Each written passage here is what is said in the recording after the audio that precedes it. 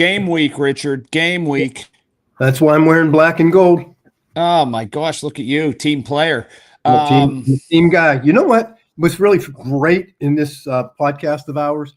I've realized that at once upon a time, you were the greatest sports writer and sports reporter in the city. Okay.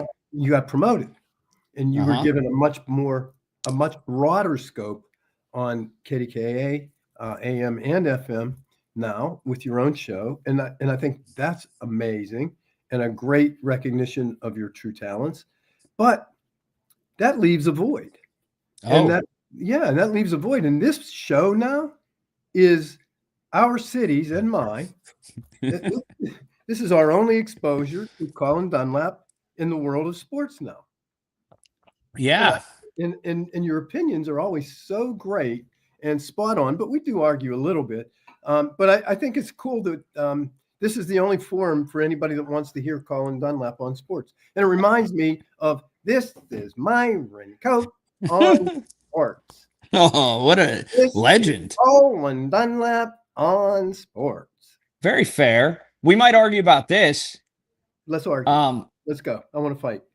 I think Justin Fields is the kind of quarterback that gives the Steelers a lot of trouble. Gives a lot of guys a lot of trouble, and that worries me. That worries me. And I heard Mike Tomlin's press conference yesterday, and where he recognizes that, and the physicality. He's a big guy. I mean, he's a big guy, and he does give us fits, and he will give us fits. Hey, we got divorced, but we didn't want to get divorced. We were going to make him our QB1, and he wanted the divorce. So I think he's got something to show, and I think he wants to. And I know they say, well, he's a professional, like Mike said. Does Aaron Rodgers have any special feelings about wanting to win this game? And Mike said he would never tell you if he did. But he's a professional, and he would treat this game the same as any. And I don't buy I'm worried. I'm worried about him because he seems to sometimes be at his best when things break down. And we've seen a Steelers defense when plays break down that kind of is at their worst. I'm worried about our secondary. Yeah, me too. I'm still worried about it. I'm still worried about Joey Porter. I'm worried. I mean, I really am. And man, Justin does give us fits. Listen, and remember, Jets defense last year was pretty solid. They didn't have a bad defense. And so let's call it a good defense against our unproven offense. And so I'm also very optimistic, and I think we're going to have a great year. And I'm all Steelers this week, and I'll get to cut to the chase there. I'm all Steelers. I don't know what the sports betting line is though. I didn't look. But week one is always a toss up, especially if you go on the road. Yeah, that's tough. So there's that. I'm kind of excited for the regular season. I'm excited to see what Aaron Rodgers has. I think he's fully healthy, which is good. I think he played the preseason absolutely perfect. Yeah, I do too. That he funneled all his energy into the regular season. So there's that. And this is, I guess the best way to put it for me is that this is a no excuses season. It just is, at least going into it without any injuries. It seems like a no excuses season. Well, I think so too, and I think Mike alluded to that based on he said he's been listening to the garbage for 5 or 6 years now, and it's time, and it's not time based on time, it's right? Time based on the talent that he's collected, and I think they've done a great job. I think Omar and Mike and Mr. Rooney have all done a really great job, and Andy, of course. He'll get it next year. If we have a good year, he'll be a GM somewhere. Do you think Jaylen Warren's a feature back? I think he deserves the opportunity to see if he's a feature back. That's a great, you know what? No one's really put it in those terms, and I think that's a great way to put it. And here's the thing. You have to get somebody under contract to sort of put him in that position, to have him understand all that comes with it. So he's earned the opportunity to show them if he is or isn't. You put it in a very good way. Yeah, I think, he shows great bursts, and he shows, that downhill kind of running style, but he also has the elusive, he hit the hole and nothing there, and he's going around the end, and I like that too. He always falls forward. He does not fall back, and I love that. I mean, when I played football, if I got tackled, as a running back, and I got tackled, and I was on my back, ooh, Yeah, something's wrong. Made me mad. Now, what Jaylen Warren signing, and maybe some people need to get over, is this. Maybe the days of, at least for 95% of NFL teams, a guy getting 36 carries in a game are just behind us. It just seems like the workhorse one-back system is probably antiquated and dead in the NFL in large part. Yeah, so I don't necessarily agree with that. I think I could agree with that, but I think it's all talent based, and putting the right people in the right place to be successful. And if you have a guy that can be that feature back, yeah, I mean, I always say, that the old school is you use the run to set up the pass. And I kind of go the other way these days. I kind of use the pass to set up the run. Well, there's two reasons why I say that. One, exactly what you just said. Teams are going to throw it a lot more, and they have thrown it a lot more.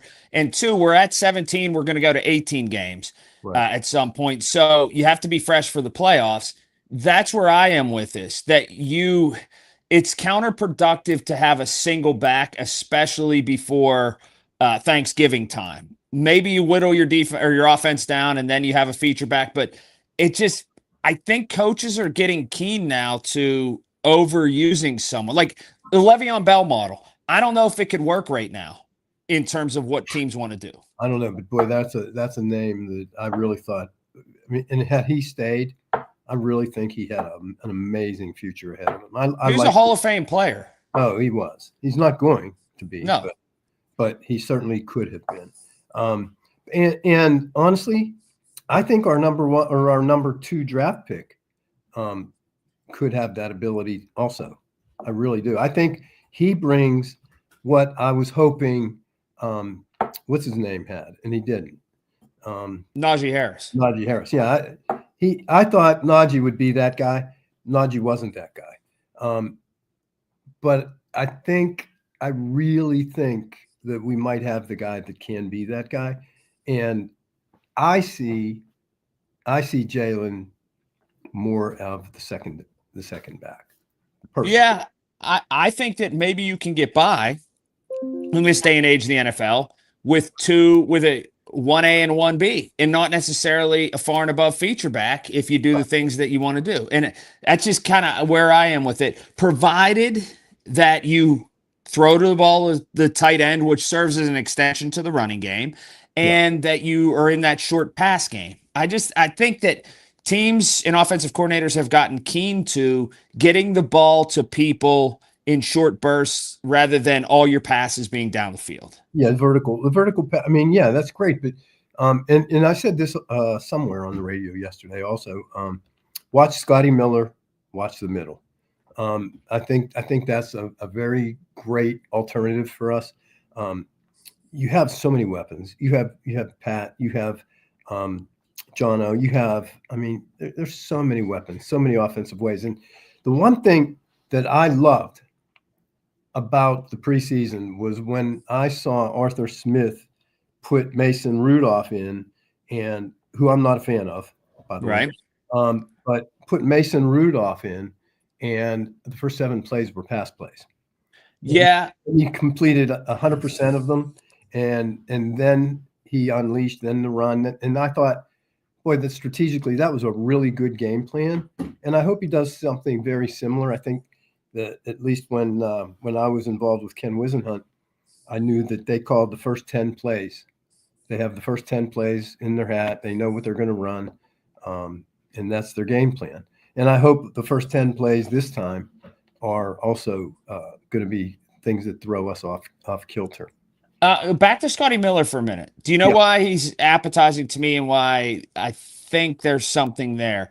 Is because Aaron Rodgers went from not knowing who he was to not being able to make have a press conference without commenting on him. That he rose through the Aaron Rodgers ranks very quickly. Yep. Very good point. If he trusts him and if he is praising him the way that he is, who am I to go the opposite on that? Yeah, I mean, that's a very good point. That really is a very good point. And I think that, when you say that Aaron Rodgers used the preseason productively, I think the best way he used the preseason productively is by building the rapport and establishing that leadership role, which is why I think it was no surprise that they elected him team captain, co-captain. I agree with you there. I think what it also does is for a guy like Freiermuth, so to speak, who is a veteran, but kind of in that middle ground there, and he's kind of uncomfortable being a big vocal leader.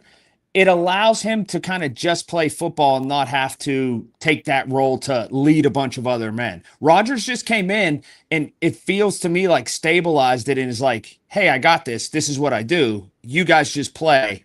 Yeah. I'll be in charge here. I think that's part. Yeah, I do. I think that Rodgers has a very quick release. I think that it's 1 step, 2 steps back, bam, 2 step, bam, 2 step, bam. And I'd just keep doing that. And I'd use Jono. I'd use, you have so many weapons. I'd use every single one of them. And QB, or not QB, but wide receiver 2 would be a collection of 5 people. Right. That would be my WR2. And I'm really looking forward to it. I'm excited about the season. As you know, Aaron Rodgers is driving my vehicle in a Ford Expedition. Oh, yeah. And we're excited about that and excited about anything we're going to do with him because I really believe he's the difference maker. And I believe the relationship between Mike Tomlin and Aaron Rodgers is going to play out to be an amazing asset to this group. Let me ask you about something. Go ahead. Do you like those like two-tone expeditions? This expedition, the 2025 expedition, there could be any color. You could become colorblind. Doesn't matter. It's every color. They're all they're so cool. I think they're like spaceship-esque. Yeah, they're really cool. Oh, a buddy of mine, you know him, Dave. He has a Lincoln. Yeah, and the instrument panel from left to right. It's in like a semi-circle, like a 180 around them. Yeah, and actually, some of our commercials will be designed as if that's like a control room, because that's exactly what it is. Even our Ford commercials, our Ford ads, and Lincoln also. It's very cool. That we really are the technology kings. There is nobody, and there's no manufacturer that embraces technology the way we do. And if you get into another car, if I've driven a pre-owned car of a different brand, difference is night and day. They're so far behind us. We are absolute industry leaders. It's sometimes, and you get a little software glitch. It's like your iPhone. Right. You just get a little software glitch and then, people say, well, this doesn't work. Well, it's software. You just download the new software. It's pretty simple stuff. But we have it. We have the technology, and thanks for calling that out. Oh, yeah. Steelers are going to not need technology, though, because it's basic block and tackling. Yeah, kind of old school stuff. I think they're going to win this week. By the way, they're going to win 21-17. It's going to be close. I want to see points. You say that all the time, but here's how this podcast starts. Don't show me 16 points. I don't want to see 16 freaking points. Show me 25 points. Show me 30 points. Show me points, Colin. This starts the same every year. I want to see points. I want to see points. I want to see points. Then we get to like week 7 or 8, and you're like, any way they can win, I just got to see wins. I got to see wins. It's the same refrain from you every year. And you're like, I'm not refraining. I'm saying I want to see points. We have offensive weapons. If we waste these offensive weapons, shame on us. You have a offensive coordinator who I really like, Arthur. I really do. I love our quarterback. I love our wide receiver. I love everything. I really do. I'm shaky on the offensive line. Don't. You have the best center. You have a center that's going to be a Mike Webster kind of center. You really do. I love We'll him. see. We'll see about that. I'm thinking about that technology. I can't get away. Think about this with Ford. Now they have that all area, whatever you call that. What's that? Coast to coast. Coast to coast, which is like the most advanced technology ever, which is like flying a spaceship. So when you started, you used to have to crank the car in the front. Now you've been there so long, it's coast to coast technology in the dashboard. Well, I think you say that because my age is as old as a Ford car. No. No, I felt that shot. It's okay. no. So I'm you think comfortable do you with think who I they'll am. you think they'll score 35 points this week? A 35 might be a stretch against the Jets defense, but I do think 28 or over. Oh, okay. I do. I think first drive touchdown, and I'm telling you, here we go. Let's go. Unleash it. Show me. Let's go. If they go down the field, especially if they get the ball kicked off to them, and they go down the field, And I would take. And if I got, not to interrupt you, no, but interrupting you, if I won the toss, give me the ball. Give me the ball. You're right. Go. It will be one of the all-time great on the road moments because it will be a quiet stadium except the Steeler fans going bonkers and people really in an uproar because Aaron Rodgers used to be in New York. It'll be a great scene if they go down the field and score. It's a great storyline. It's a great storyline. Couldn't have scripted this any better. And not that it matters because there's always these records that people talk about to me are worthless and meaningless. However, the last 5 Steeler games and the Jets games, we're 1-4. Right. So, and of course, they're all different teams, different players. So it really doesn't matter. But we are 1-4 against the New York Jets. And I want to go into MetLife Stadium, and I want to come out, like you said, with Pittsburgh Steelers fans screaming, "This is my Rincon on Sports." I say they win. All right, 21-17. You got them scoring a few more points. 28-17. 28-17. Yeah, I think the defense will be okay. And Cam is going to play no matter what this nonsense is. It really is nonsense. Do you want to weigh in on that? Yeah, Cam has become a master of saying something and then 24 or 36 hours being like, it came out wrong. That's kind of been what he's about in the last couple years. Would you give him a new contract right now? Yes, but what I would do is structure it much like they did with Heath Miller, kind of at the end, where you're not going to get the last couple of years out of him. An extension so as to cheapen the now. That makes sense. Kind of does. I think, though, Jerry Jones did something really wonderful in Dallas. And, I mean, he did not acquiesce to Micah. And he took a stand. And to me, the way I interpreted that was it is a privilege to play for the Dallas Cowboys. Yeah. Okay? We gave you this opportunity. I will not renegotiate. I will not be held hostage. And if you're a player or an agent, if you're Drew Rosenhaus or no matter who you are, when you come up against Jerry Jones, you will have this now in the back of your mind. You will know that Jerry Jones, in order to win, is willing to lose. Do you want to know how I feel that there's a different dynamic to this, though, too? Because what you say is absolutely right. Yeah. But I think Cam Hayward feels, I've been a Steeler, and you won't play ball with me. But he's just signed this a year ago. No. Wait. I've been a Steeler, and it's about you thinking I'm holding the organization hostage, whatever. But you let a guy who was never a Steeler hold the organization hostage all summer, who's Aaron Rodgers. But maybe he didn't hold us hostage. Maybe this was all. I mean, I think Mike knew everything. I think, they were given Aaron admittedly had some things that on the personal side of his life that he needed to handle. And I think that Mike respected him enough to give him that time. I don't think it was holding anybody hostage. I really don't. In hindsight, in retrospect, at the time, I might have felt differently because that's the optics appeared that way, right? But I don't. In retrospect, I don't believe that was the case ever. I think Aaron Rodgers has been 100% upfront with Mr. Tomlin and with the Rooneys. I don't think there's ever been a doubt about his sincerity to them. And I think that they have such mutual respect for each other. It's going to be the key, the muscle that holds it all together is that relationship. And I'm really looking forward to watching that grow. I'm really excited. I really am. And I'm excited too. Yeah, I really am. And I haven't heard you say you're excited about the Steelers for a long time.